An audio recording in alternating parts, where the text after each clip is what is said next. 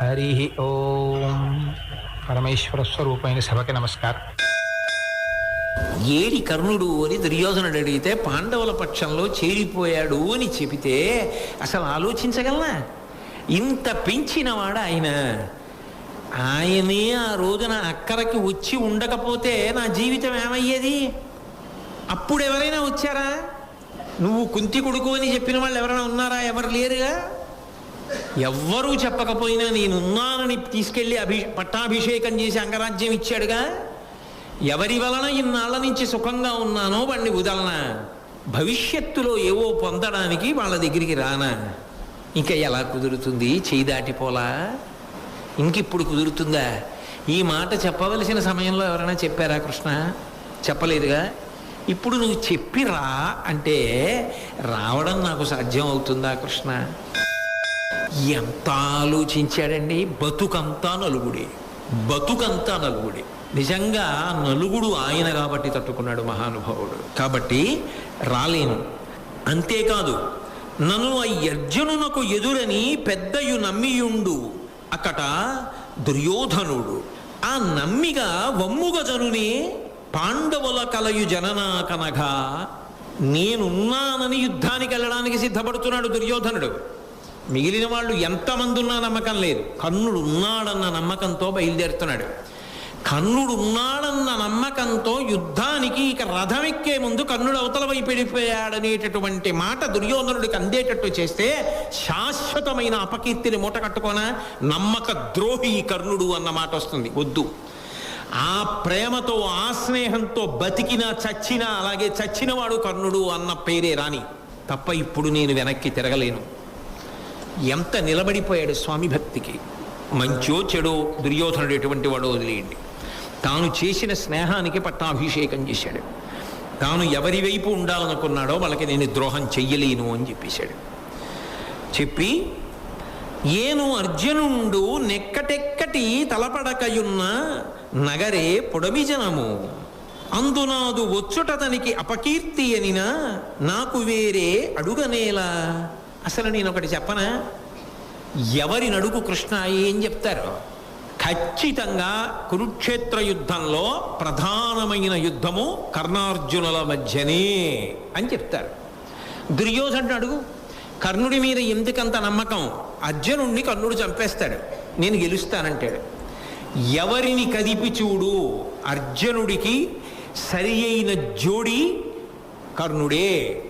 కర్ణుడి మీద నమ్మకంతో యువతల బలాలన్నీ కదులుతున్నాయని చెప్తారు. ఇప్పుడు నేను అర్జునుడి పక్కకు వచ్చేసి మన ఇద్దరం అన్నదమ్ములనరా అని కలిసిపోయి వీళ్ళ మీద యుద్ధం చేస్తే జనమంతా నవ్వరా నన్ను చూసి? గెలవచ్చుగాక వేరు విషయం. అసలు దుర్యోధనుడు యుద్ధం చెయ్యకపోవచ్చు కాక వేరు విషయం. నాకు పట్టాభిషేకం జరగచ్చు కాక వేరు విషయం. కానీ జనులందరూ నవ్వుతారు. వాడికి పట్టాభిషేకమా? అసలు రెచ్చగొట్టి ఇన్నాళ్ళు ఆఖరి నిమిషంలో కొంప ముంచి వెళ్ళిపోయాడా కుంతి కొడుకని అని నవ్వుతుంటే నేను పట్టాభిషేకం చేసుకోనా? ఎందుకు కృష్ణ నాకు ఆ పట్టాభిషేకం? అంతకన్నా మరణం గొప్పది. వద్దులే. కాబట్టి వారి వద్దకు నేను రావడం పొసగదు. హితముపదేశించితి నీవతి నిర్మల బుద్ధివగుట అయినను ఇది నా మతి సొరదు రహస్యము రక్షితముగా పాటింపుమయ్యే చిత్తములోనన్. ఆయన కీర్తిని కోరుకునుంటే కర్ణుడు ఇదే విషయం పాండవులకు చెప్పి నేను చెప్పాను అయినా రానన్నాడన్న విషయం చెప్పు అనాలి. ఆయన అన్నాడు, వద్దు కృష్ణ, నా మీద ప్రేమతో ఇవాళ చెప్పావు కదా నేను కుంతి కొడుకునని, నేను ఎందుకు రాలేనో కూడా నీకు చెప్పాను కదా. కానీ నేను కుంతీదేవి యొక్క కుమారుణ్ణన్న విషయాన్ని నువ్వు నాకు చెప్పావని నేను పాండవుల దగ్గరికి రావడం కుదరదు. స్నేహధర్మాన్ని ఉద్దేశించి నేను రాధేయుడిగా అధిరథ కుమారుడిగా కేవలము దుర్యోధన పక్షాన్నే యుద్ధం చేస్తానన్నానని ఇంకెవరికీ చెప్పకు. ఎందుకో తెలుసా? ఆ నలుగుడేదో నాకొక్కడికే ఉంచు, ఇంకెవ్వరికీ వద్దు. 2, ఇప్పుడు బయటపడుతున్నాడు. జీవితంలో ఇప్పటి వరకు బయటపడని రహస్యాలు ఇప్పుడు బయట పెడుతున్నాడు. అంటే ఇంతకాలం ఎంత ఉరిపిడి భరించాడో, ఎందుకు దుర్యోధనుడి దగ్గర అలా ఉండిపోయాడో ఇప్పుడు బయట పెడుతున్నాడు. అన్నాడు, ధర్మతనయుండు తాను నా తమ్ముడగుట ఎరిగినేనియు సామ్రాజ్యమేలపూను అట్టి ధార్మికుడు ఆధిపత్యంబు చేయవలదదే శాశ్వతంబుగ వసుధకెల్లా. ధర్మరాజు గారు మహాధర్మాత్ముడు కృష్ణ. నీకు తెలియని విషయం ఏముంది? ధర్మరాజు గారు ధర్మం తప్పుతాడా? ఒక్కనాటికి తప్పడు. ఏ కారణం చేతనైనా నేను ధర్మరాజుకి అన్నయ్యని అని తెలిస్తే గెలిచినా పట్టాభిషేకం నాకే చేస్తాడు శత్రుపక్షంలోనే మిగిలితే. 2, నేను అన్నయ్యనని తెలిస్తే పట్టాభిషేకం పొందవలసిన వాణ్ణి చంపుతానా అని నన్ను అసలు చంపడం. ఇంతకాలం అధర్మపక్షాన్ని నా కర్మ కొద్దీ మోసిన నాక పట్టాభిషేకం వద్దు. ఈ అఖండ భూమండలాన్ని పరిపాలించవలసిన వాడెవరో తెలుసా? సామ్రాజ్యమేలపూను అట్టి ధార్మికుడు ఆధిపత్యంబు చేయవలదే శాశ్వతంబుగ వసుధకెల్లా. శాశ్వతంగా ఈ భూమండలానికి పరమ ధార్మికుడైన ధర్మరాజే చక్రవర్తి యగుగాక. నాకొద్దు రాజ్యం. ఇక్కడ బయటపడ్డాడు. ధర్మరాజు అంటే ఎంత పూజ్య భావన ఉందో, ఎంత గౌరవం ఉందో. ధర్మరాజు గారు ఈ భూమిని ఏలాలి, ప్రజలు సుఖపడాలి, ధర్మం నిలబడాలన్న కోరిక కర్ణుడికి ఎంత ఉన్నదో మనసులో. ధర్మం పట్ల ఇంత గౌరవం ఉన్నవాడు జీవితంలో నిలబడలేకపోయాడు ధర్మం వైపు. అది ఆయన ప్రారబ్ధ కర్మ. దురదృష్టవంతుడు. ఎందుకని అంటే సంఘదోషం. ఆ దుర్యోధనుడి దగ్గరికి ఆయన కావాలని వెళ్ళలేదు. పరిస్థితులు అలా కల్పించాయి, అలా కల్పించబడ్డాయి. తన జీవితానికి ఎదుగుదల లేదిక. కృపాచార్యుడు వేసిన ఒక్క ప్రశ్నకి ఎదగవలసిన మొక్క తొక్కబడుతోంది. తాను ఎదగాలంటే అంగరాజ్య పట్టాభిషేకం అంగీకరించాలి. అంగీకరించిన నాడే తాను దుర్యోధనుడి పక్కకి చేరిపోయాడు. ఇక తన జీవితం ఎదుగుదల దుష్టచతుష్టయంలో ఒకడిగా. కానీ గుండెల్లో ధర్మం పట్ల అనురక్తి ఉంది, కానీ అది నెరవేర్చుకోలేకపోయాను. కనీసంలో కనీసం నా ఆఖరి కోరిక ఏమిటంటే ధర్మరాజు గారు ఈ భూమండలమును పరిపాలించుగాక. ఇది తెలిసాకే అంత ఏడిచాడు ధర్మరాజు. అందుకే అటువంటి వాణ్ణి చంపేశామా అందరం కలిసి. పైగా శిబిరంలో ఎన్ని మాటలు అన్నాడు. ఆ కర్ణుణ్ణి చంపి కానీ రావద్దన్నాడు. ఎంత బాధపడి ఉంటాడో ధర్మరాజు. పడ్డాడంటే మరి అదేం జీర్ణమయ్యే విషయం అండది అని అన్నాడు. కృష్ణ, ఇంకొక మాట కూడా చెప్తున్నా. జరగబోయేది యుద్ధం కాదు, యజ్ఞం. ఆ యజ్ఞంలో ఎవరు గెలుస్తారో ఎవరు ఓడిపోతారో నేను చెప్తాను, నువ్వు విను. అనుజులు ఋత్విజులుగా ఈ పని ఇటు చేయమను నీ ఉపద్రష్టవుగా విను. కురుకుమార పశు విశసనమున రణయజ్ఞమతడు సమ్మతి చేయున్.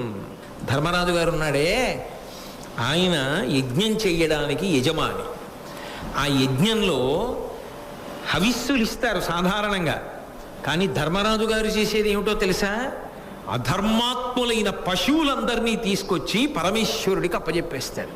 ఒక్కొక్కరిని సంహరించేస్తాడు. అలా సంహరించడంలో ధర్మరాజు యజమానిగా కూర్చోవాలి. కూర్చుంటే ఆయన దగ్గర 4 ఋత్విక్కులు ఉండాలి కదా. హోత, ఉద్గాత, అధ్వర్యువు, బ్రహ్మ అని. ఆ 4 భీముడు, అర్జునుడు, నకులుడు, సహదేవుడు. యజ్ఞం ఎలా జరగాలో చెప్పడానికి ఒకడు ఉండాలి, ఉపద్రష్ట. అది నువ్వు. మీ 6 కలిసి మొత్తం కౌరవ వంశంలో దుర్యోధనుడి వైపు ఉన్న వాళ్ళందరినీ నాశనం చేసేయండి. అధర్మం ఉండడానికి వీల్లేదు కృష్ణ, ధర్మమే నిలబడాలి. అది అసలు ఉద్దేశ్యం. అసలు మనసులో కర్ణుడు ఆయన. అది చెప్పడానికి జీవితంలో అవకాశం రాల.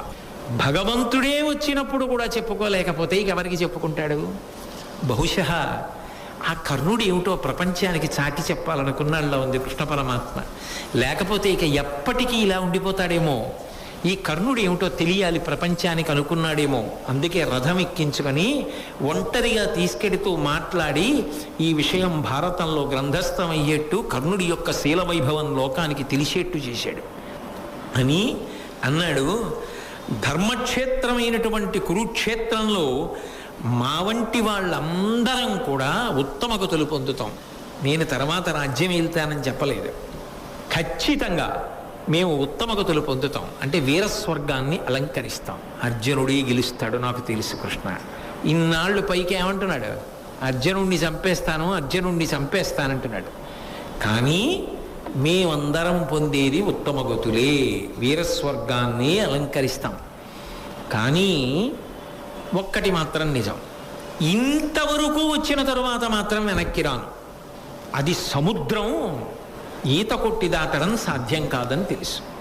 దానికి నావ ఉండాలి, అది నువ్వు, అది అటుంది, వాళ్ళు దాటుతారు, ఇటు లేదు.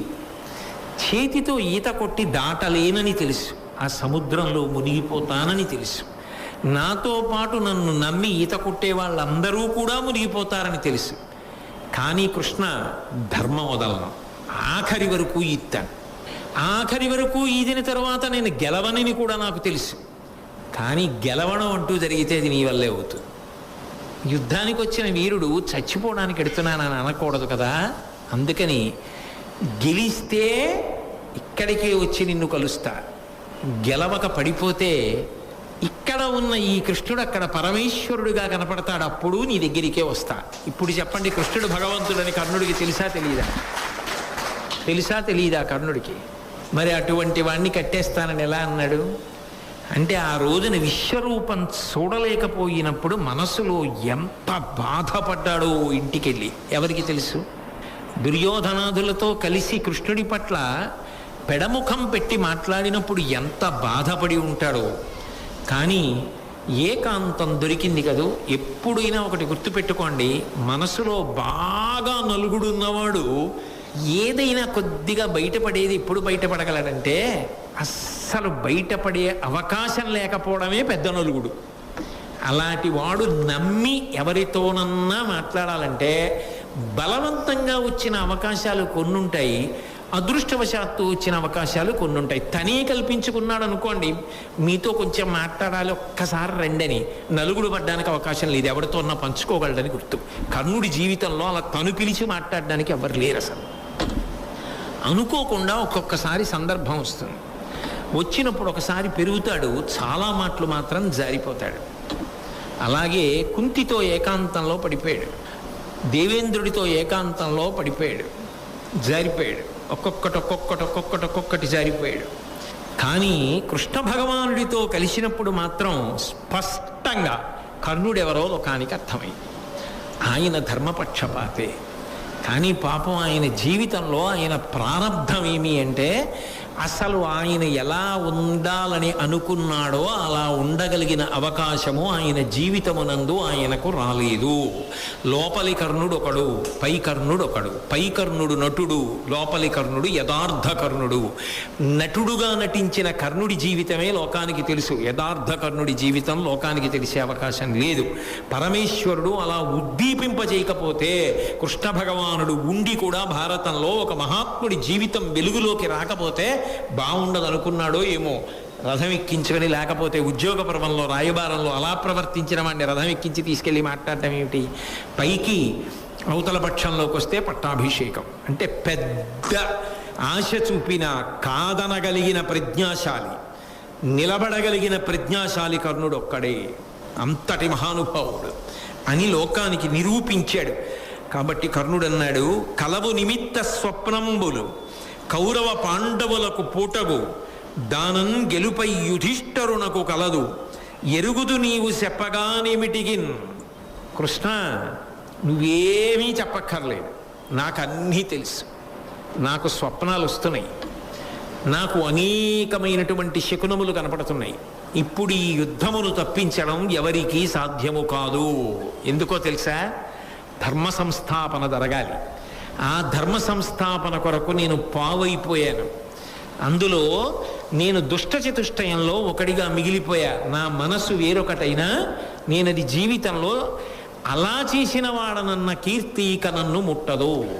కానీ ఒక్కటి మాత్రం నిజం, దానం గెలుపై యుధిష్ఠరునకు గలదు. ఆ యుద్ధంలో ఖచ్చితంగా గెలిచేటటువంటి వాడు మాత్రం ధర్మరాజు గారే, అందులో సందేహం లేదు. నేను చెప్తున్నా కృష్ణ, ఎరుగుదు నీవు చెప్పగానేమిటికి. నువ్వు చెప్పక్కర్లేదు కృష్ణ, నాకు తెలుసు ధర్మం ఎక్కడ ఉంటుందో అక్కడ నువ్వు ఉంటావు, నువ్వు ఎక్కడ ఉంటుందో అక్కడ గెలుపుంటుంది. కాబట్టి ధర్మరాజు గెలుస్తాడు, పట్టాభిషేకం జరుగుతుంది, మేమందరం ఉత్తమ లోకాలు పొందుతాం, వీరస్వర్గం అలంకరిస్తాం, యుద్ధంలో పడిపోతాం. నువ్వు చెప్పక్కర్లా, నేనే చెప్పేస్తున్నా. అయినా మరి ఎందుకు యుద్ధం చేస్తున్నావు అంటావేమో. ఇంతకన్నా నాకు బ్రతుకు లేదు కృష్ణ. నేను ఏ ధర్మాన్ని కోరానో దాన్ని పట్టుకునే అదృష్టం నా జీవితంలో కలగల. ఈ యుద్ధం జరగడానికి కారణం ఎవరో కూడా నాకు తెలుసు. నేను చెప్పేస్తున్నాను ఇప్పుడు నీకు ఆ పేర్లు.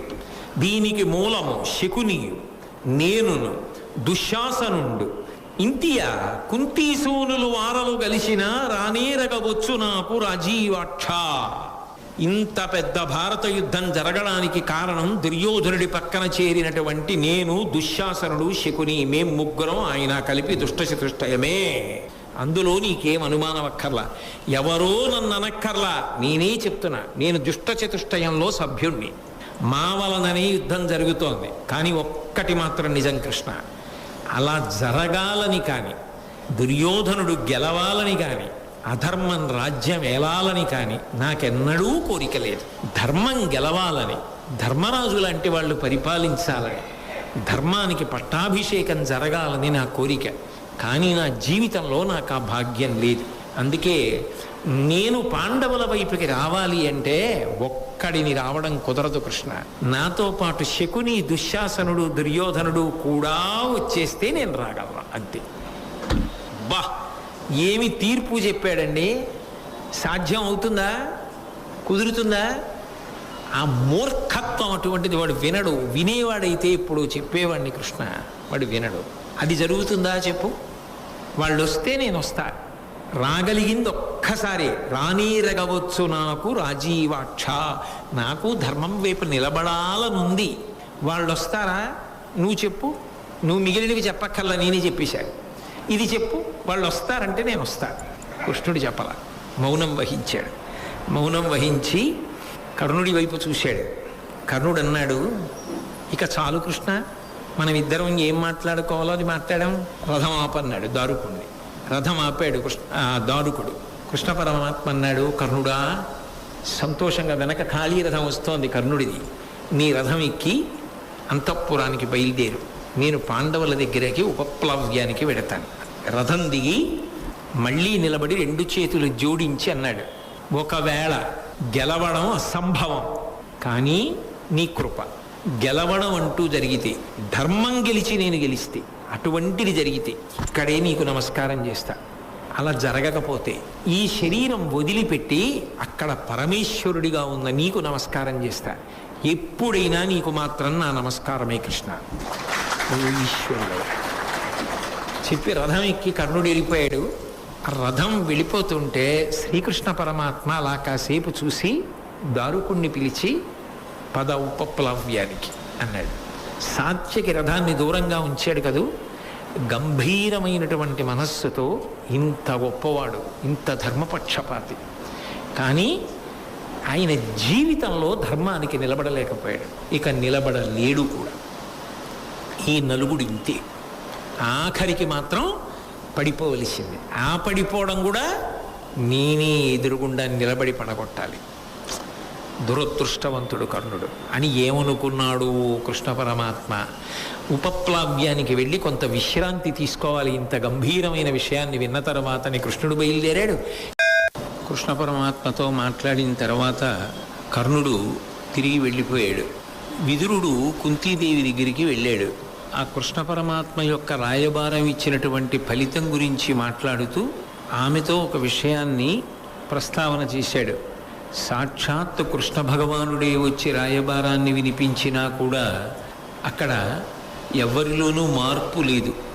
యుద్ధాన్ని మానేద్దామని కానీ, సంధి చేసుకుందామని కానీ, పాండవులకు భూభాగాన్ని ఇద్దామని కానీ ఎవరూ అనుకోవడం లేదు. విశేషించి భీష్మద్రోణులు, కృపాచార్యుడు మొదలైనటువంటి వాళ్ళ యొక్క పరాక్రమ విశేషాలు ఎవ్వరికీ తెలియనివి కావు. దానికి తోడు కర్ణుడు ఎప్పుడూ కూడా భీముడు మొదలైనటువంటి వారి మీద పగబట్టి ఉంటాడు. ఇన్ని కారణముల చేత యుద్ధము జరిగి తీరుతుంది. ఈ యుద్ధంలో కురువంశ సంబంధమైనటువంటి వీరులతో పాటుగా భూమి మీదున్న అనేక మంది వీరులు పడిపోతారు. ఇంత మానవ క్షయానికి సంబంధించినటువంటి ఈ ఘోరమైన యుద్ధాన్ని ఆపడానికి ఇంకా ఏ విధమైనటువంటి అవకాశము కనపట్టలేదు. కళ్ళ ముందు జరిగేటటువంటి వంశక్షయాన్నంతటినీ కూడా చూడవలసి రావడం బాధాకరమైన విశేషమని విదురుడు ఆ కుంతీదేవితో మాట్లాడి వెళ్ళిపోయాడు. కుంతీదేవి పరివేదన పొందింది. భారత యుద్ధం జరుగుతోంది అంటే ప్రధాన కారణం దుర్యోధనుని యొక్క మౌఢ్యం. మనం పాండవులని గెలవగలము అనేటటువంటి ఒక నిశ్చితాభిప్రాయం. అయితే అలా గెలవగలము అనడానికి ఎదురు బలాన్ని కూడా ఆలోచన చేస్తారు కదా.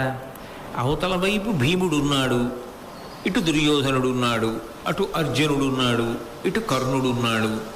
కుంతీదేవికి సంబంధించినంత వరకు ఒక సమస్య ఉంది. కుంతీదేవి కర్ణుడు తన కుమారుడు అని చెప్పి ఉంటే అసలు ఈ భారత యుద్ధం జరిగే అవకాశం లేదు. ఆమె ఎంతకాలం నుంచో ఈ విషయాన్ని గుప్తంగా ఉంచింది. అప్పుడే కృష్ణ పరమాత్మ కర్ణుడితో చెప్పి వెళ్ళిపోయాడన్న విషయం కుంతీదేవికి తెలియదు. నా వంతు కర్తవ్యంగా నేను కర్ణుడితో నీవు నా కుమారుడవు అన్న మాట చెప్తే ఆఖరి నిమిషంలోనైనా అతని మనసు మార్చుకుని పాండవుల వైపుకి వచ్చేస్తే దాని చేత ఇంత వంశక్షయం జరగడానికి అవకాశం ఉండదు. కళ్ళ ముందు ఇంతమంది మహావీరులు, అందున పెద్దలైనటువంటి భీష్మద్రోణాదులు, కడుపున పుట్టిన కర్ణుడు, ఇంతమంది నశించిపోవలసినటువంటి అగత్యం ఏర్పడదు. ఇంకా తాను చెప్పకపోతే ఈ జరిగేటటువంటి వంశక్షయంలో తనకి కూడా కొంత పాత్ర ఉన్నట్లవుతుందని ఆమె పరివేదన పొంది కర్ణుడితో ఇక యథార్థాన్ని చెప్పేయాలి. ఇంకా ఇప్పుడు కూడా చెప్పకపోతే ఈ వంశక్షయానికి నేను కూడా కారణమైపోతాను, ఆ పాపం పంచుకోవలసి వస్తుందేమో అని మనసులో పరితాపం పొందిందో ఏమో ఆమె. కర్ణుడు ఎక్కడున్నాడు అని అడిగింది. కర్ణుడు తెల్లవారుజామున గంగానదిలో స్నానం చేసి వెన్నుపాము చురుక్కుమనే వరకు కూడా జపం చేస్తాడు. వెన్నుపాము చురుక్కుమనే వరకు అంటే నా ఉద్దేశం ఏమిటంటే ఎండ కొద్దిగా పైకి ఎక్కే వరకు అని. అప్పుడు కదా వీపు మీద పడుతుంది ఎండ. వీపు మీద పడే పర్యంతము ఆయన జపం చేస్తూ ఉంటాడు. ఆ జపం చేస్తున్నంతసేపు సమాధినిష్టలో ఉంటాడు. కర్ణుడు గంగానది ఒడ్డున స్నానం చేసి జపనిష్టలో ఉన్నాడు అని చెప్పారు. తిన్నగా ఆ గంగానది దగ్గరికి వెళ్ళింది. ఆయన స్నానం చేసి కూర్చుని జపం చేసుకుంటున్నాడు. ఆయన వెనక్కాతలే కూర్చుంది ఆవిడ. కొంతసేపు అయిన తర్వాత ఆయన బహిర్ముఖుడయ్యాడు. 4 దిక్కుల వంక చూశాడు. వెనక కుంతీదేవి కనపడింది. ఆమె పాండవుల యొక్క తల్లి. పాండవులు తనకు శత్రువులు కావచ్చుగాక, కానీ పాండవులను కల్ల తల్లి. ఆ కారణం చేత వెంటనే ఆమెకి నమస్కరించాడు. ఆ నమస్కారం చేసినప్పుడు పరమ గౌరవంతో అభివాదం చేస్తూ ప్రవర చెప్పినప్పుడు తాను అధిరథులు రాధాదేవి యొక్క కుమారుడను అని చెప్పి ప్రవర చెప్పి నమస్కారం చేశాడు. వింది కుంతీదేవి.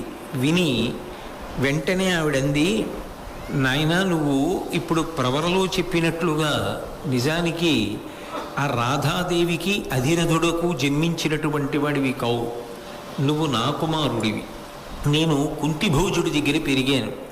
దుర్వాసు మహర్షి ఇచ్చినటువంటి వరప్రభావంగా నిన్ను నేను పుత్రుడిగా పొందాను. అందుకని నువ్వు నాకు సూర్యుడికి కలిపి జన్మించినటువంటి వాడివి. కాబట్టి ధర్మరీత్యా పాండురాజు గారికి పెద్ద కుమారుడి అవుతావు. కాబట్టి నువ్వు పాండవుల పక్షానికి వచ్చి చేరిపోతే ఇక ఈ యుద్ధం జరగవలసినటువంటి అగత్యం ఉండదు. విశేషించి నువ్వు పెద్దవాడివి కనుక పట్టాభిషిక్తుడవై ఈ పుడమినంతటినీ కూడా నువ్వు ఏలుదువుగానివి. కాబట్టి పాండవుల పక్షానికి వచ్చేయవలసింది ఏంది. ఇదే కృష్ణుడు కూడా చేసిన ప్రతిపాదన. కానీ ఎదురుగుండా నిలబడినటువంటి వారు మారారు. ఇత పూర్వం కృష్ణుడు ఉన్నాడు, ఇప్పుడు కుంతీదేవి ఉంది. వెంటనే కర్ణుడు ఆమెను ఉద్దేశించి మాట్లాడడానికి సిద్ధపడుతుండగా సూర్యమండలంలోంచి ఒక వాక్కు వినపడింది. నాయనా, కుంతీదేవి ఏది చెప్పిందో అది సత్యం. కాబట్టి నీ తల్లి అయినటువంటి కుంతీదేవి చెప్పినటువంటి మాటనే నువ్వు మనసులో పాటించి చక్కగా నిర్ణయాన్ని తీసుకున్నట్లయితే అందరికీ కూడా శ్రేయోదాయకం అవుతుంది. కాబట్టి ఆమె చెప్పినటువంటి మార్గంలో నడు అని సూర్యమండలంలోంచి వినపడింది. కానీ కర్ణుడు కుంతీదేవి వంక తిరిగి ఒక మాట అన్నాడు. క్షత్రియ సంస్కారమునకు పాత్రముగా నీవు నన్ను పాటింపవు. ఇహాముత్ర ఫలములకు నీకే పుత్రుడనని వచ్చుటింక పోలుని చెప్పుమా. అమ్మా, నువ్వు నన్ను కన్నప్పుడు నేను నీ కుమారుడను అన్న విషయాన్ని లోకానికి చెప్పలేదు. నేను నీ కుమారుడనైతే నువ్వు నాకు ఎటువంటి సంస్కారములను అందించవలసి ఉంటుందో అటువంటి సంస్కారములను నువ్వు నాకు అందించలేదు. నేను వాళ్ళ కడుపున పుట్టకపోయినా నేను వాళ్ళ కుమారుడనని పెంచి పెద్ద చేసి నాకు సంస్కారములను అందించినటువంటి వాళ్ళు అధిరథుడు, రాధాదేవి. కాబట్టి ఇప్పుడు నేను నీ కుమారుడను అని చెప్పినంత మాత్రం చేత ఇహము పరము ఎలా సంప్రాప్తిస్తాయి? చాలా పెద్ద ప్రశ్న వేశాడు, చాలా గంభీరమైనటువంటి ప్రశ్న వేశాడు. ఇహము, ఇక్కడ సుఖం ఎలా కలుగుతుంది? ఇప్పుడు నువ్వు ఇది చెప్పావు, నేను చెప్పి పాండవుల వైపుకి వచ్చా. ఇన్నాళ్ళు కుంతీదేవి ఎందుకు చెప్పలేదు ఈ విషయాన్ని, ఎందుకు దాచిపెట్టింది అన్న ప్రశ్న వస్తుందా రాదా? ఈ విషయం ఇంతకు ముందు కుంతీదేవి చెప్పి ఉంటే జరిగిపోయినటువంటి అనర్థములు చాలా జరగకుండా ఉండేవి కదా అన్న ప్రశ్న వస్తుంది. పైగా ఇక్కడ పాండవులు చేసిన ప్రతిజ్ఞలు కొన్ని ఉన్నాయి. ఆ ప్రతిజ్ఞలు ఎలా నెరవేర్చుకోగలుగుతారు ఇప్పుడు? ఇక పరమనకు సంబంధించి ఇంతకాలము నేను వాళ్ళ కుమారుడిగా కదా పెరిగాను, ధర్మరాజు కదా నీ కుమారుడిగా పెరిగాడు. పాండురాజు గారు మరణించినప్పుడు చెయ్యవలసినటువంటి కార్యములన్నీ కూడా ఎవరు చేశాడు? తండ్రిని ఉద్దేశించి ధర్మరాజు గారు చేశాడు. అప్పుడు నేను చెయ్యని వాడనయ్యాను కదా. ఇప్పుడు వచ్చాననుకో, ఇప్పుడు పెద్ద కుమారుడిగా నీకు చెయ్యాలి. ఇన్నాళ్ళు చెయ్యడానికి అధికారం లేనివాణ్ణి ఇప్పుడు చెయ్యడానికి అధికారం పొందడానికి నువ్వు నాకు కొత్తగా సంస్కారములను కల్పిస్తావా ఇప్పుడు? మరి అప్పుడు నీకు ఈ దురదృష్టి కలగలేదా? ఈ పిల్లవాణ్ణి ఇలా వదిలేస్తే రేపు చెప్పడం కుదురుతుందా? పెద్దవాడయ్యాక చెప్పడం కుదిరినా ఇహపరములు నాకు సమన్వయం అవుతాయా? పెద్ద కొడుకు వైపు నుంచి జరగవలసినటువంటివి జరగడం సంభవం అవుతుందా అని నువ్వు ఆలోచించలేదు కదమ్మా.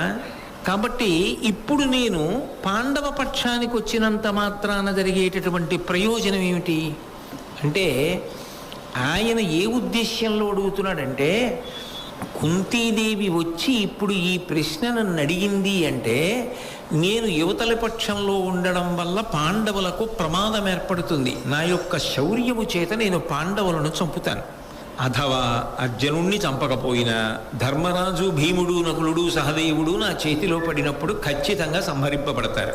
కాబట్టి ఇత పూర్వం తాను ఎవరికి సంస్కారములను అందించిందో వారు బ్రతకాలనుకుంటోంది. అందుకుని నా దగ్గరికి వస్తోంది, అందుకు నా దగ్గరికి వచ్చింది అని బహుశः ఆయన మనస్సులో అనుకున్నాడు. అనుకుని అందుకే దాన్ని కుంతీదేవి యొక్క వ్యక్తిగత విషయంగా మాట్లాడాడు. నువ్వు నన్ను ఇతపూర్వం ప్రకటించలేదు కదా, ఇప్పుడెందుకు నన్ను కుమారుడిగా ప్రకటించాలనుకుంటున్నావు? చెప్పి వదిలిపెట్టట్లేదుగా, పాండవ పక్షాన చేరమంటున్నావుగా, రాజ్యాభిషేకం పొందమంటున్నావుగా, రాజ్య పరిపాలన చేయమంటున్నావుగా. అంటే అది అప్పుడు బహిరంగ రహస్యమేగా, అందరికీ తెలుస్తుందిగా. అది నువ్వు ఇంతకు ముందు అలా జరగడాన్ని అంగీకరించలేదుగా, ఇప్పుడు జరగాలని ఎందుకు కోరుతున్నావు? అప్పుడు చెయ్యడానికి ఏ వడ్డు వచ్చాయి, ఇప్పుడు చెయ్యడానికి ఏ అడ్లు తొలగిపోయాయి. అంటే ఆయన వరకు ఆయన ఆలోచన ఏమిటి అంటే, యుద్ధంలో ఇది నాకు పాండవులకు సంబంధించిన ప్రశ్నగా ఆరుగురిని కన్న తల్లిగా ఆమె ఏం ఆలోచిస్తోంది అంటే, ఒక్కరిని పోగొట్టుకోవడం కూడా తల్లికి ఇష్టం ఉండదు. అది లోకంలో తల్లి ప్రేమలో ఉండేటటువంటి పరమాద్భుతమైన విశేషం. నా దగ్గర 100 రూపాయలు ఉన్నాయనుకోండి, ఓ 10 రూపాయలు పోయి అనుకోండి, పోతే పోయేలే 10 రూపాయలు ఏదో 90 రూపాయలు వీలై అనుకుంటాను. ఏదో 500 కాగితాలు ఓ 50 కాగితం ఉందనుకోండి, ఓ 50 కాగితం పోయిందనుకోండి, పోన్లే అదృష్టం 100 కాగితం పోలేదనుకుంటాను. కానీ తల్లికి ఎంతమంది పిల్లలు ఉన్నా ఇంకొకలా తల్లి ఆలోచించదు కదా, ఇంకొక అమంగళకరమైన ఆలోచన అసలు తల్లి మనసులో రాదు కదా. ఎంతమంది బిడ్డలు పుట్టనివ్వండి, 16 మంది పుట్టనివ్వండి, 30 మంది పుట్టనివ్వండి, అందరూ క్షేమంగా ఉండాలి, అందరూ వృద్ధిలోకి రావాలనే తల్లి కోరుకుంటుంది. అందుకని కర్ణుడి ఆలోచన యందు దోషం కూడా లేదు. తల్లిని చాలా సహృదయంతో ఆ మాతృ ప్రేమని అర్థం చేసుకునే మాట్లాడుతున్నాడు అని అనవలసి ఉంటుంది. 6 క్షేమంగా ఉండాలని ఆవిడ కోరుకుంటోంది. ఇప్పుడు నేను ఇటువైపు ఉంటే అటు 5 బహుశः 5 అయినా పడిపోవచ్చు, 4 పడిపోవచ్చు, లేదా నేనొక్కడనే పడిపోవచ్చు. కానీ 6 మాత్రం ఉండడం ఆవిడికి ఎప్పటికీ సంభవం కాదు. ఇటు తాను ఉన్నంతకాలం కుంతీదేవి 6 బిడ్డల తల్లిగా కనీసం తన కొడుకని తెలియకపోయినా కళ్ళ ముందు చూసుకుంటోంది కదా. ఆవిడికి సంబంధించినంత వరకు కొడుకు ఎదురుగుండా ఉన్నాడు, చూస్తోంది. నిజంగా కూడా గూఢచారుల ద్వారా ఆవిడ తెలుసుకుంది ఏం చేస్తున్నాడు, ఎలా వృద్ధిలోకి వచ్చాడు, ఏమేం నేర్చుకున్నాడు, పరశురాముడి దగ్గరికి ఎందుకు వెళ్ళాడు, ద్రోణుడి దగ్గర ఏం నేర్చుకున్నాడు, అన్నీ తెలుసుకుంది ఆవిడ. కళ్ళ ముందు పిల్లలు ఉన్నారు, ఓ సంతోషాన్ని పొందేసింది. ఏ కారణానికి చెప్పలేదు లోకాపవాదానికి భయపడి. కానీ ఇప్పుడే పరిస్థితి వచ్చింది.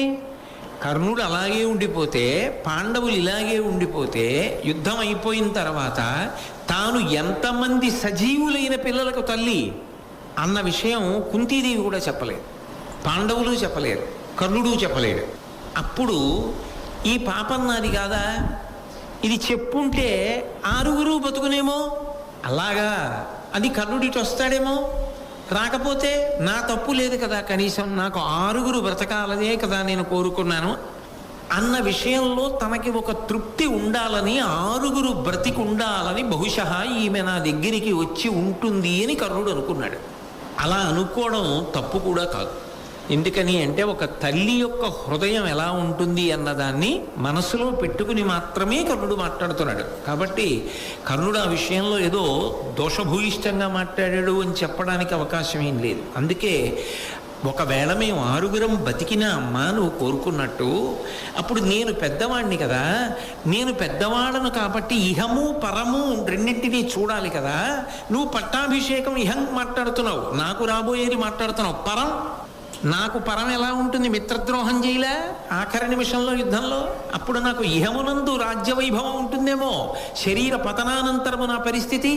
ఇప్పుడు రాజ్యం లేకపోయినా ఇహమునందు నేను పొందనిదేమిటి, దుర్యోధనుడు నాకు రాజ్యాభిషేకం చేశాడుగా, అంగరాజును అయ్యానుగా, అంగరాజునేమిటి ఇంచుమించు అర్ధసింహాసనం ఇచ్చి గౌరవించినంత గౌరవించాడుగా, దుర్యోధనుడి అంతేవాసిగా దుర్నిరీక్షుడని అయ్యానుగా. ఇంకా ధర్మరాజు గారు వాళ్ళు 12 ఏళ్ళ అరణ్యవాసం, 1 ఏడాది అజ్ఞాతవాసం చేశానేమో, కానీ నీ చేసింది ఉంది రాజరికమేగా, పొందవలసిన రాజభోగాలన్నీ పొందానుగా. ఒకవేళ ఇప్పుడు యుద్ధానికి వచ్చాననుకో, చచ్చిపోయాననుకో, పాండవుల చేతిలో వీరస్వర్గాన్ని పొందుతాను. ఇప్పుడు నేను అలా దుర్యోధనుడి వైపు కాకుండా పాండవుల వైపుకు వచ్చాననుకో, పాండవుల వైపుకు వస్తే నాకు ఇహమునందు ఏమవుతుంది, పట్టాభిషేకం అవుతుంది అంటున్నావు. అప్పుడు ఏముంటుంది, రాచరికమే ఉంటుంది. నేను తినేది రాచకూడే, అనుభవించేది రాచభోగాలే.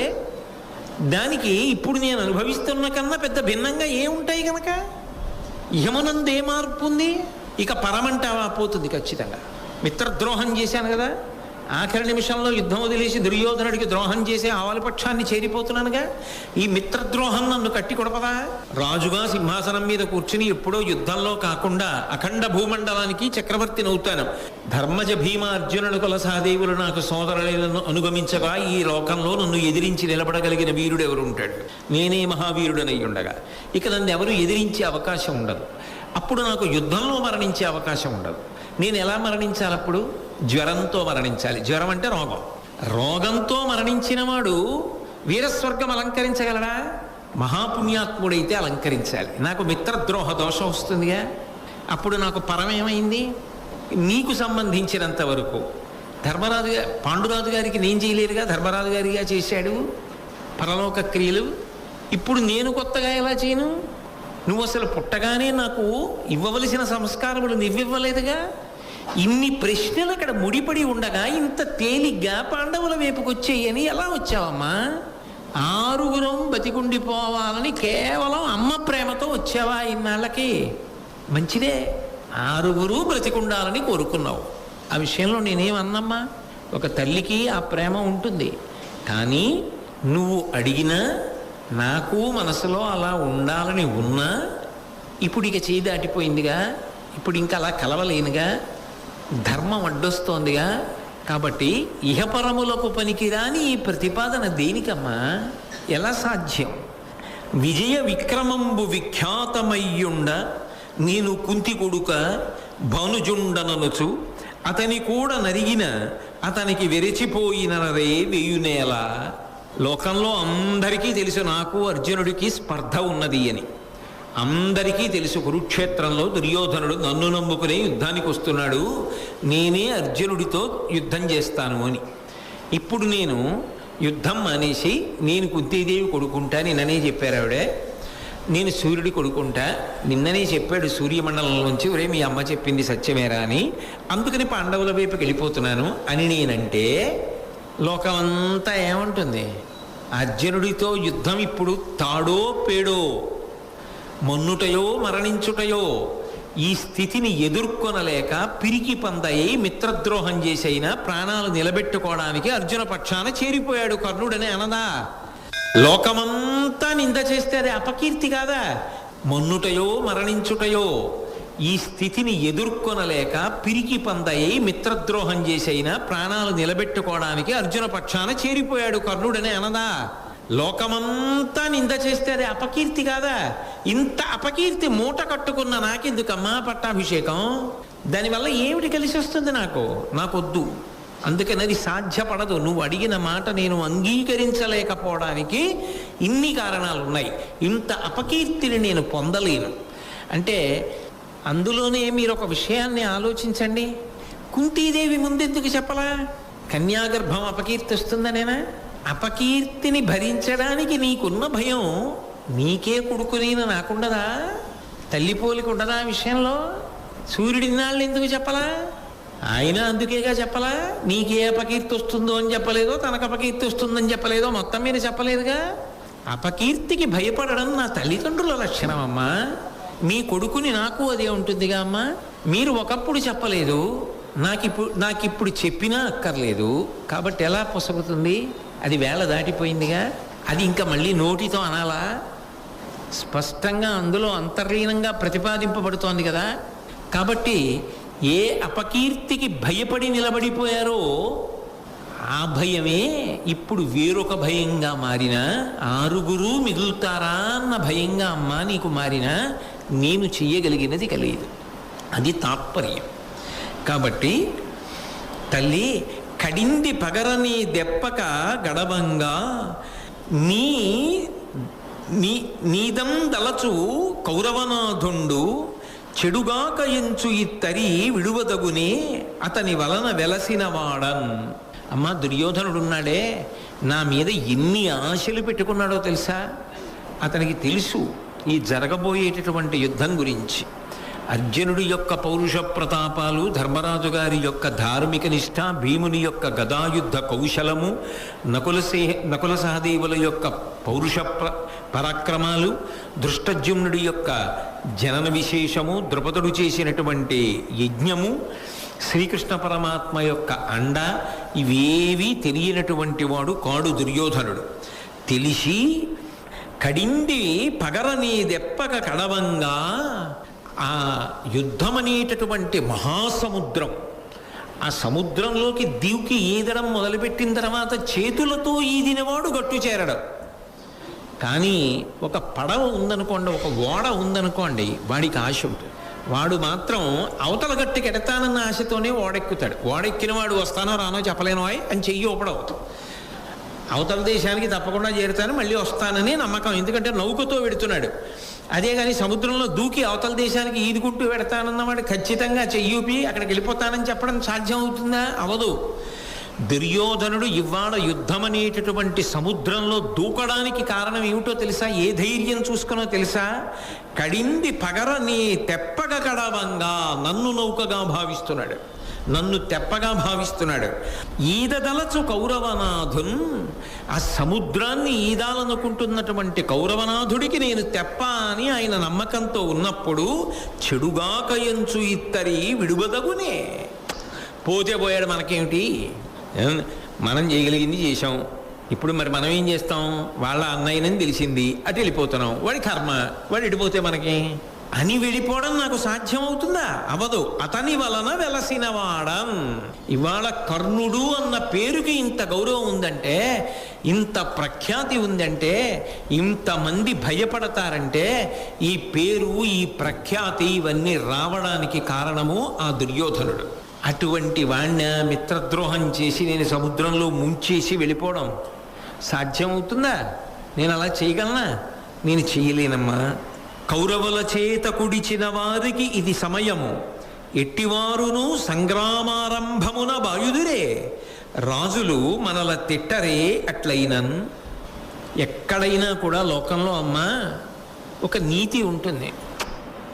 ఆ ఇంటి కూడు తిన్నాం అంటే ఆ ఇంటి అన్నం తిన్నాం, వాళ్ళు పెట్టిన భోజనం చేశాం, వాళ్ళకే ద్రోహం చేయడమా? తిన్న ఇంటి వాసాలు లెక్కెట్టాడంటారు. ఎవడు అన్నం పెట్టాడో వాడికి ద్రోహం చెయ్యరు. అందుకేట పూర్వం రాజులు సైన్యాన్ని తీసుకుని యుద్ధానికి వెళ్ళేటప్పుడు భోజనం చేసే ముందు ఫలానా చక్రవర్తి పెట్టిన భోజనం అని చెప్పి తినిపించేవారట. అంటే ఆ కృతజ్ఞతాభావం ఉండాలి. నిజంగా వాళ్ళు అలా పాపం ప్రాణాలు ఉడ్డి చేశారు కూడా. ఎప్పటికీ సైన్యానికి అదే గౌరవం. నిజంగా ఉద్యోగం అంటే వాళ్ళదే, దేశభక్తి అంటే మొదట చెప్పుకోవలసిన వాళ్ళు వాళ్లే కదూ. స్వాతంత్ర సమరయోధుల తర్వాత ఎప్పటికీ అలా మంచులో అలా కొండల్లో నిలబడి అటువంటి ఉద్యోగాలు చేసి అలా దేశ సంరక్షణ చేస్తారంటే ఆ సైన్యానికి 2 చేతులు ఎత్తి నమస్కరించకపోతే ఇక సంస్కారం అన్న మాటకు అర్థమై ఉంటుంది. కాబట్టి అమ్మ, కౌరవుల దగ్గర అన్నం తిన్నవాడెవరున్నాడో వాళ్ళందరికీ కూడా ఇదే సమయం వాళ్ళ వైపున నిలబడి కృతజ్ఞతావిష్కారం చెయ్యాలి. వాళ్ళకి ఖచ్చితంగా ఉపకారం చెయ్యాలి. ఇక పరమనమ్మకాన్ని కౌరవులు పెట్టుకున్న వాళ్ళు, వాళ్ళ వల్ల వృద్ధిలోకి వచ్చిన వాళ్ళు, వాళ్ళ వల్ల పేరు ప్రఖ్యాతులు పొందిన వాళ్ళు, అది జాతి సంస్కృతి మాట్లాడుతున్నాడు కర్ణుడు. ఎదురుగుండా ఇన్ని పదవులు వరించనివ్వండి, ఆ పక్షం నుంచి ఈ పక్షానికి నువ్వు వచ్చేస్తే నీకు ఇంత పెద్ద పీట వేస్తామన్నా, ఒకప్పుడు ఎదురుగుండా కనపడిన పదవిని చూసుకున్న జాతి ఈ జాతి కాదు. ఏది చూసుకున్నారంటే, ఏ జెండా కింద ఇన్నాళ్ళు ఉన్నాం, ఎవరితో కలిసి తిరిగాం, ఎవరి మాటలు మన మాటలుగా చెప్పాము, మన మాటలు ఎవరి మాటలుగా స్వీకరించారు, సావు రేవు అటువైపే అని ఉండిపోయిన సంస్కృతి కలిగిన జాతి తప్ప, యుద్ధం దాకా వచ్చిన తర్వాత గెలుపుకి అవకాశాలు అటెక్కువ ఉన్నాయని చటుక్కున ఇటు వదలడం చేతకాని జాతి. ఆ సంస్కృతి ఎప్పటికీ అలా నిలబడాలని కోరుకుందాం. కాబట్టి రాజులు మనల తిట్టరే ఎట్లయినన్. ఒకవేళ వదిలేశాననుకో అమ్మ, వదిలి అవతల వైపుకి వచ్చాననుకో, అప్పుడు నన్ను ఒక్కడనే తిట్టరమ్మా. ఆ కౌంతేయుడు, ఆ కుంతిసుతుడు ఆఖరణ కుంతి చెప్పిందిట, ఈయనటి వెళ్ళిపోయట అంటారమ్మా. అన్నప్పుడు నన్నే తిట్టరు, నాతో పాటుగా రాజులు మనల తిట్టరే అట్లయినా. ఆ కుంతికి బుద్ధి లేదా? ఆఖరి నిమిషంలో కొడుకుని యువతల పక్షం నుంచి అవతల పక్షానికి తీసుకెళ్ళిపోయింది. కొడుకునని చెప్పి తగుదునమ్మా అని ముందు చెప్పడానికి అడ్డొచ్చిందా? ఇప్పుడు తన 6 కొడుకుల్ని కాపాడుకోవడానికి చెప్పి తీసుకుపోయిందా అని నిన్ను అనరమ్మా. నా వలన నన్ను కన్న తల్లి నిందపడితే నేను బ్రతికుండి ప్రయోజనం ఏమిటమ్మా? నేను నీ కొడుకునని ఎవ్వరికీ తెలియకుండా చచ్చిపోయినా, నా కొడుకు ఏమీ ఆశించకుండా, నా అపకీర్తి లోకానికి తెలియకుండా ఏ అపకీర్తిగా భయపడ్డానో దానికి అమ్మా నువ్వు అలాగే ఉండిపో, ఇక ఎవరికి చెప్పక్కర్లా. నేను పోతే పోయానని పోయినా నాకు వెంగలేదమ్మా. తప్ప తల్లికి నింద తెచ్చే కొడుకుగా మాత్రం బ్రతకడం నాకు ఇష్టం లేదు. నేను మాట పడతాను, నువ్వు మాట పడతావు. ఏ గౌరవం తెచ్చినట్టమ్మా? నీకు కొడుకుగా నేనే గౌరవం తెచ్చినట్టు? కాబట్టి ఎందుకమ్మా దానివల్ల ఉపయోగం ఏమిటి అంటే, ఒక్కటి మీరు బాగా గమనించాలి. ఆయన రాధాదేవి పట్ల ఎంత ప్రేమ భావన ఆవిష్కరించాడో, ఎంత గౌరవాన్ని ఆవిష్కరించాడో, కుంతీదేవి పట్ల కూడా నిజానికి అంత భక్తిని, అంత కృతజ్ఞతను ఆవిష్కరిస్తున్నాడు. నిజంగా కర్ణుడే తలుచుకుంటే ఇలా మాట్లాడాలనేం లేదు, ఎంత పరుషంగానైనా మాట్లాడచ్చు. భారత కథనంతటిని వెనక్కి తిప్పి తీసుకొచ్చి తను పడిన మానసిక క్లేశం, తాను పోగొట్టుకున్నది, తనకి ఎన్నిసార్లు కుంతి ఈ మాట చెప్పనందుకు జీవితంలో ఈ విషయం అడ్డుపడి తను ఎదగలేకపోయాడు. ఎదగలేకపోవడం సరిగదా శాపాలు పొందాడు.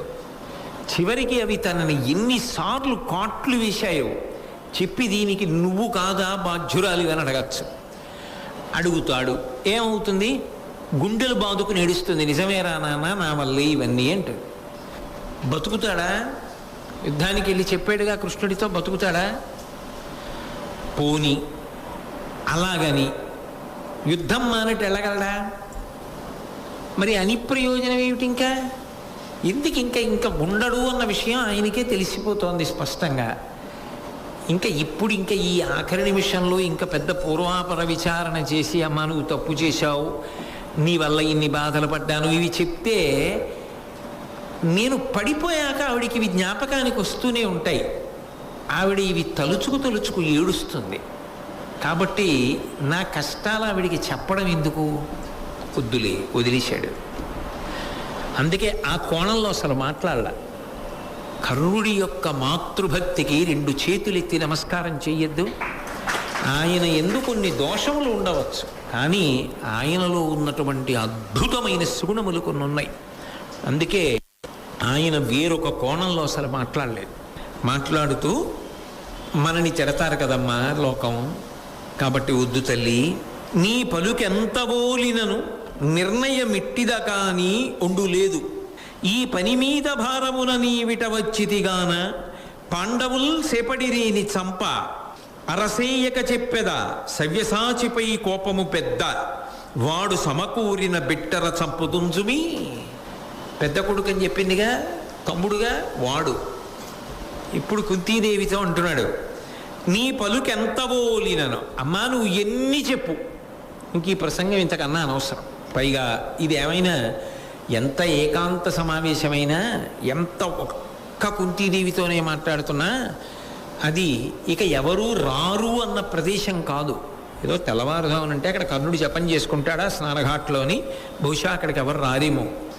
కానీ పొద్దెక్కిపోయిన తర్వాత కర్ణుడు కూడా లేచి వెళ్ళిపోతాడని అందరికీ తెలుసు. కాబట్టి జనం మసిలే సమయం. ఇప్పుడు నువ్వు నాతో ఇది ఎక్కువ మాట్లాడడం, నీతో నేను ఎక్కువ మాట్లాడడం కూడా మంచిది కాదు. అందుకని నువ్వు ఎన్ని చెప్పు, ఇంతే కదా చెప్తావు. నా నిర్ణయం మాత్రం ఒకటేనమ్మా, దీనికి కొనసాగింపుగా నువ్వు ఎన్ని మాట్లాడినా అమ్మా నిర్ణయం ఇట్టదా కానీ ఉండులేదు. నేను కౌరవుల వైపే ఉండి యుద్ధం చేస్తానన్నది వినా నా నిర్ణయమునందు మార్పు రాదు. కానీ కన్న తల్లివి నువ్వు వచ్చావు, ఏ భావనతో వచ్చి ఉంటావు అంటే తల్లి కళ్ళజోడు పెట్టుకు చూస్తున్నాడు పరకాయ ప్రవేశం చేసి. 6 బిడ్డలు కదా, 6 బ్రతకాలని కదా అమ్మా నీ కోరిక. ఒక్క మాట చెప్తాను, ఈ పని మీద భారమున నీవిట వచ్చితిగాన కొడుకుల మీద ప్రేమతో 6 బ్రతికుండాలన్న కోరికతో నువ్వు బహుశా వచ్చి ఉంటావు. కాబట్టి పాండవుల్ సేపడిరేని చంప, పాండవులు కనపడినా చంపనమ్మ. అరసేయక చెప్పెదా, అబద్ధం ఆడకుండా చెప్తున్నానమ్మా. సవ్యసాచిపై కోపము పెద్ద, అర్జునుడి మీద మాత్రం నాకు మొట్టమొదటి నుంచి కోపం ఉంది. ఎందుకని మీకు అనేక పర్యాయాలు చెప్పా. అర్జునుడేనా అంత కీర్తికి పాత్రుడు, నేను కూడా అన్న భావన కర్ణుడికి ఉంది. అదే తీవ్రమైన మాత్సర్యంగా రూపాంతరం చెందింది తర్వాత. కాబట్టి అర్జునుడి మీద నాకు కోపం ఎక్కువ, దాపరికం లేకుండా చెప్పేస్తున్నా. అర్జునుడు కనబడ్డాడనుకో ఖచ్చితంగా చంపేస్తాను, అతన్ని మాత్రం విడిచిపెట్టను. 4 మాత్రం ఎప్పటికీ నాకు ఎదురు పడిన యుద్ధంలో దొరికిన నే చంపగలిగిన చంపన. ధర్మరాజుని, భీముణ్ణి, నకులుణ్ణి, సహదేవుణ్ణి వదిలిపెట్టేస్తా. అర్జునుణ్ణి చెప్పలేను. దానివల్ల ఏమవుతుందో తెలుసా అమ్మా, నీకు ఇది నిజంగానండి ఒక రకంగా ఆలోచిస్తే ఇంతకన్నా శల్యం, ఇంతకన్నా ముళ్ళు కుంతీదేవికి ఇంకొకటి ఉండదు. సాధారణంగా మనం 10 మాటలు నోటితో ఏమంటూ ఉంటామో అది మనకే సత్యంలా అనిపించేస్తుంది కొన్నాళ్ళకి. ఒకే అబద్ధాన్ని 100 మాటలు చెప్పాను అనుకోండి నేను 100 మందితోటి, 101వ మాట నా ప్రమేయం లేకుండా అది నిజంగా జరిగినట్టే చెప్పేస్తాను. ఇంకా ఎందుకంటే అబద్ధం 100 మాటలు చెప్పి ఇంకా అది అలవాటైపోతుంది. కుంతీదేవికి ఎప్పటి నుంచో ఏం అలవాటు, ఎంతమంది పిల్లలు మీకు అంటే 5 అంటుంది. నిజానికి కుంతీదేవికి ఎంతమంది పిల్లలు? యథార్థానికి ఆవిడికి 3 పిల్లలు, ధర్మరాజు, భీముడు, అర్జునుడు. నకుల సహదేవులు ఎవరు? మాద్రి పిల్లలు. ఆమె మాద్రి సంతానం అనుకోండి. నకుల సహదేవులు మాద్రి పిల్లలు, నా పిల్లలు ధర్మరాజు, భీముడు, అర్జునుడు అన్న భావన ఆవిడ పొంది ఉన్నదనుకోండి. అనేక సందర్భాల్లో భారతంలో కుంతీసుత మధ్యముండు అంటుంటారు అర్జునుణ్ణి. కుంతీసుత మధ్యముండు అర్జునుడు ఎలా అవుతాడు? కుంతీదేవి యొక్క సంతానం ధర్మరాజు, భీముడు, అర్జునుడు. అప్పుడు భీముడు మధ్యలో వాడు అవుతాడు, అర్జునుడు అవడం. కానీ అర్జునుడిని ఉద్దేశించి కుంతీసుత మధ్యముండు, విరాట పర్వంలో కూడా ఉంది ఆ మాట. కుంతీసుత మధ్యముండు అంటారు. అర్జునుడు ఎలా అయ్యాడు మధ్యలో అంటే, ధర్మరాజు భీముడు ఓ పక్క, నకులుడు సహదేవుడు ఓ పక్క ఉంటే మధ్యలోకి అర్జునుడు వస్తాడు. మరి మాద్రి సంతానంగా కుంతీ సంతానం కాదుగా అని మనం అనుకుంటామేమో, కుంతీదేవి అనుకోదు. ఆవిడ నా బిడ్డలే అనుకుంటుంది, నకుల సహదేవులే. తన సవతి బిడ్డలన్న మాట ఆమె జీవితంలో ఎప్పుడూ అనుకోలేదు. కాబట్టి కుంతీదేవి తన సవతి పిల్లల్ని కూడా తన పిల్లలుగానే చూసుకున్న ఉదార హృదయ. అందుకని నీకెంతమంది పిల్లలు అంటే 5 అంటుంది. నిజానికి ఏమనాలి? 3 అనాలి, 5 అంటుంది. నీ సవతి బిడ్డల్ని కూడా నీ బిడ్డలని చెప్పగలిగినంత ఉదార హృదయం. కానీ నా ఒక్కడి దగ్గరికి వచ్చేటప్పటికే నీ కడుపున పుట్టిన బిడ్డనైనా మాత్రం 6 నా పేరు ఎప్పుడూ చెప్పలా. ఎందుకో నా ఒక్కడి విషయంలోనే ఆ కాఠిన్యం అలా ఉండిపోయింది. పోనీ నేనేమన్నా తప్పు చేశానా అంటే, అమ్మ పొత్తిళ్లలో ఉండగా వదిలేసావుగా, నేనేం చేయలేదుగా. కాబట్టి మాద్రి బిడ్డలు కూడా బతికుండాలని నీకు కోరిక. నా మీద ఆ కోరిక ఉంటే నన్ను వదిలేదానివి కావుగా, నా మీద ఆ ప్రేమ ఉంటే ఇప్పుడు కాదుగా ఎప్పుడో చెప్పేదానివిగా. కాబట్టి అథవా ప్రధానంగా నీ కోరిక ఏమై ఉండాలి? ఆ 5 బ్రతకడం అయ్యి ఉండాలి. 5 వదిలేస్తానని నేను చెప్పలేనమ్మా, 4 వదిలేస్తాను. నీకు అలవాటు ఉంది కదూ, 5 బిడ్డలు నాకు, 5 బిడ్డలు నాకని. 5 నాకు బిడ్డలు అన్న మాట అని ఇప్పుడు 5 బిడ్డల తల్లిని కాను అని నువ్వు కళ్ళ నీళ్లు పెట్టుకోవలసిన అవసరాన్ని మాత్రం కల్పించాను. సర్వం శ్రీ ఉమామహేశ్వర పరబ్రహ్మార్పణమస్తు.